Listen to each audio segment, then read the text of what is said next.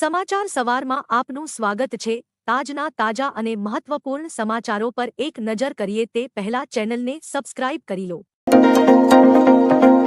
રાજ્યમાં ઠંડી અંગે નવી આગાહી। ગુજરાત માટે નવી આગાહી સામે આવી છે। તે મુજબ ઘણા જિલ્લાઓમાં આગામી 24 કલાકમાં લઘુત્તમ અને મહત્તમ તાપમાનમાં 2 થી 3 ડિગ્રીનો વધારો થઈ શકે છે। આગામી 24 કલાક દરમિયાન વેસ્ટર્ન ડિસ્ટર્બન્સની અસરો જોવા મળી શકે છે અને તેથી હવામાન બદલાશે। દિવસ દરમિયાન ઉત્તર અને ઉત્તર પૂર્વ દિશા તરફથી ઠંડા પવનનો ફૂંકાશે જેથી ઠંડી લાગશે। બીજી તરફ 15 થી 20 કિલોમીટર પ્રતિ કલાકની ઝડપે પવન ફૂંકાઈ શકે છે। રાજ્યમાં એચએમપીવીનો વધુ એક પોઝિટિવ કેસ। રાજ્યમાં એચએમપીવીનો વધુ એક પોઝિટિવ કેસ નોંધાયો છે। સામે આવેલી માહિતી અનુસાર અમદાવાદમાં 4 વર્ષના બાળકને ખાનગી હોસ્પિટલમાં સારવાર માટે ખસેડવામાં આવ્યો છે। રાજ્યમાં એચએમપીવી વાયરસના પોઝિટિવ કેસનો કુલ આંક 6 પર પહોંચી ગયો છે। બાળકને તાવ, શરદી, કફ અને ઉલટી થઈ હતી।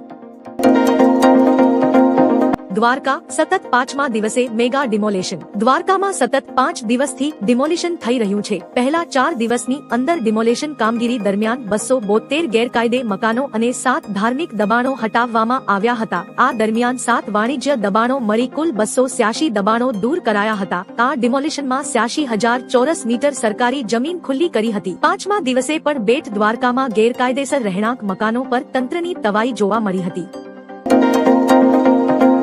સ્ટાર્ટઅપ્સ રેન્કિંગમાં ગુજરાતનો ડંકો। સ્ટાર્ટઅપ્સ રેન્કિંગમાં ગુજરાત દેશના અન્ય રાજ્યો કરતા આગળ આવ્યું છે। ગુજરાત આ મામલે ફરી નંબર 1 બન્યું છે। દેશમાં 8 જાન્યુઆરી 2025 સુધીમાં department four promotion of industry and internal trade DPIIT દ્વારા 1.5 લાખથી વધારે સ્ટાર્ટઅપ્સને માન્યતા મળી છે, જેમાં ગુજરાતમાં 12,772 જેટલા સ્ટાર્ટઅપ્સ નોંધાયા છે। રાજ્યને સતત 4 વર્ષ સુધી સ્ટેટ સ્ટાર્ટઅપ રેન્કિંગમાં બેસ્ટ પરફોર્મર એવોર્ડ મળ્યો છે।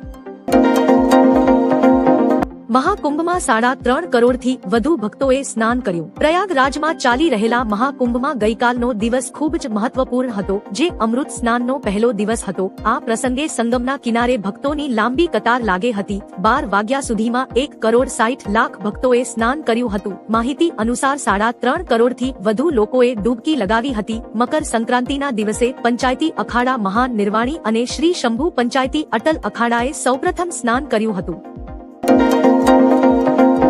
નૌકાદળને INS સુરત, નીલગિરી અને વાઘશીર સમર્પિત કરાયા। પીએમ મોદીએ મુંબઈમાં 3 યુદ્ધ જહાજો INS સુરત, નીલગિરી અને વાઘશીર સબમરીન રાષ્ટ્રને સમર્પિત કર્યા હતા। દરમિયાન તેમણે કહ્યું, નૌકાદળનો ઇતિહાસ ગૌરવશાળી રહ્યો છે। અમે નૌકાદળને મજબૂત બનાવવા માટે દરેક પગલાં લઈ રહ્યા છીએ। 3 યુદ્ધ જહાજો નૌકાદળને નવી તાકાત આપશે। નૌકાદળે મેક ઇન ઇન્ડિયા ઝુંબેશનો વિસ્તાર કર્યો છે। આતંકવાદ અને ડ્રગ્સની હેરફેર પર રોક લગાવવામાં આવશે।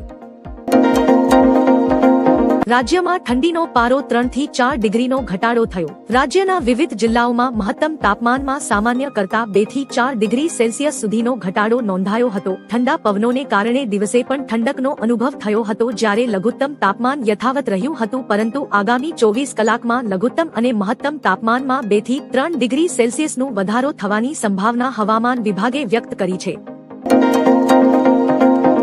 પ્રયાગરાજ વિશ્વનું સૌથી વધુ વસ્તી ધરાવતું શહેર બન્યું। મહાકુંભમાં આવેલા ભક્તોના કારણે ઉત્તર પ્રદેશનું પ્રયાગરાજ એક દિવસ માટે વિશ્વનું સૌથી વધુ વસ્તી ધરાવતું શહેર બની ગયું હતું। પ્રયાગરાજની વસ્તી એક દિવસ માટે 4 કરોડને વટાવી ગઈ હતી। મકર સંક્રાંતિ પર 3.5 કરોડ લોકોએ સંગમ કિનારે ડૂબકી લગાવી હતી। જો જિલ્લાની 70 લાખની વસ્તીનો સમાવેશ કરીએ તો પ્રયાગરાજ વિશ્વના સૌથી વધુ વસ્તી ધરાવતા શહેર ટોક્યોને પણ પાછળ છોડી ગયું છે।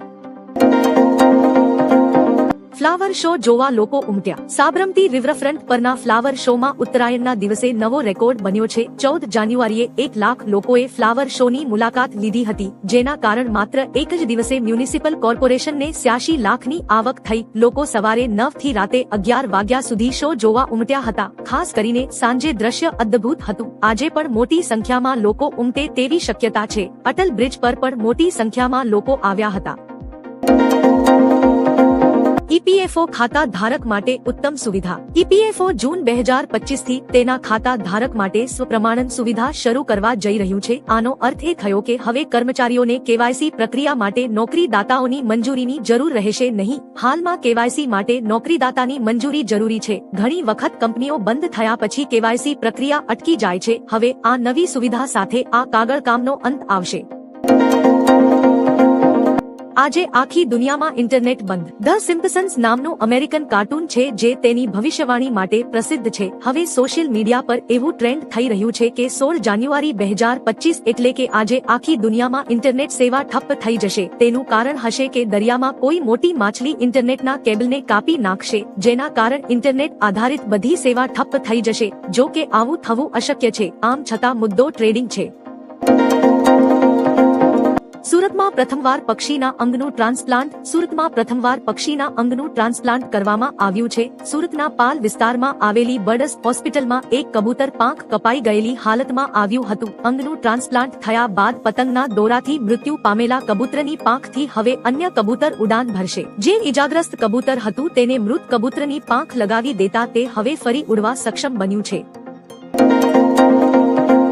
બરેલીમાં નો હેલ્મેટ નો પેટ્રોલ નીતિ. બરેલી જિલ્લામાં નો હેલ્મેટ નો પેટ્રોલની નીતિ લાગુ કરવામાં આવી છે. હવે હેલ્મેટ વગર પેટ્રોલ પંપ પર પેટ્રોલ નહીં મળે. સોમવારે ટ્રાન્સપોર્ટ કમિશનરના આદેશ બાદ ડીએમ રવિન્દ્ર કુમારે બરેલી જિલ્લામાં સરકારની નો હેલ્મેટ નો ફ્યુઅલ નીતિનો કડક અમલ કરવાનો આદેશ આપ્યો છે. બધા પેટ્રોલ પંપ સંચાલકોને આદેશ આપવામાં આવ્યો છે કે જે ડ્રાઈવરની પાછળ બેઠેલી વ્યક્તિએ હેલ્મેટ પહેર્યું ન હોય તેને પેટ્રોલ ન આપવું.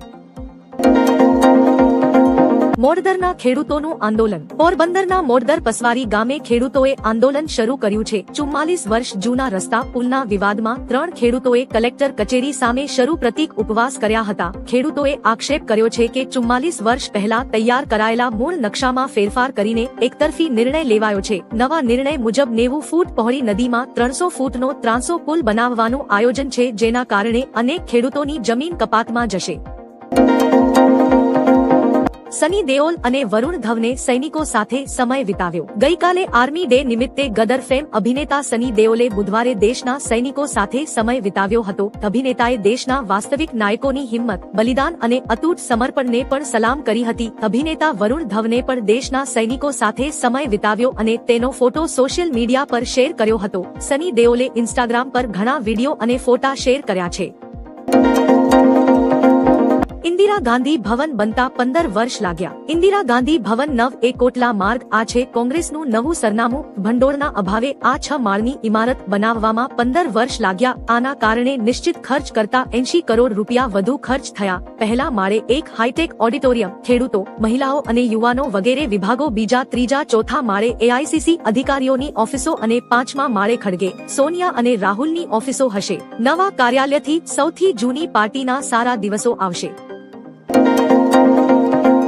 ભારતની સૌથી મોટી જીત. આયર્લેન્ડને 304 રનથી હરાવ્યું. ભારતીય મહિલા ટીમે શ્રેણીની ત્રીજી અને અંતિમ વનડે મેચમાં આયર્લેન્ડને 304 રનથી હરાવ્યું છે. પ્રથમ બેટિંગ કરતા ભારતે 436 રનનો લક્ષ્યાંક આપ્યો હતો. જવાબમાં આયરિશ ટીમ 131 રનમાં ઓલ આઉટ થઈ ગઈ. રનની દ્રષ્ટિએ આ ટીમની સૌથી મોટી જીત છે. Pratika રાવલને player of the match અને સિરીઝનો એવોર્ડ મળ્યો. આ સાથે ભારતે 3 મેચની શ્રેણી 3-0 થી જીતી લીધી છે.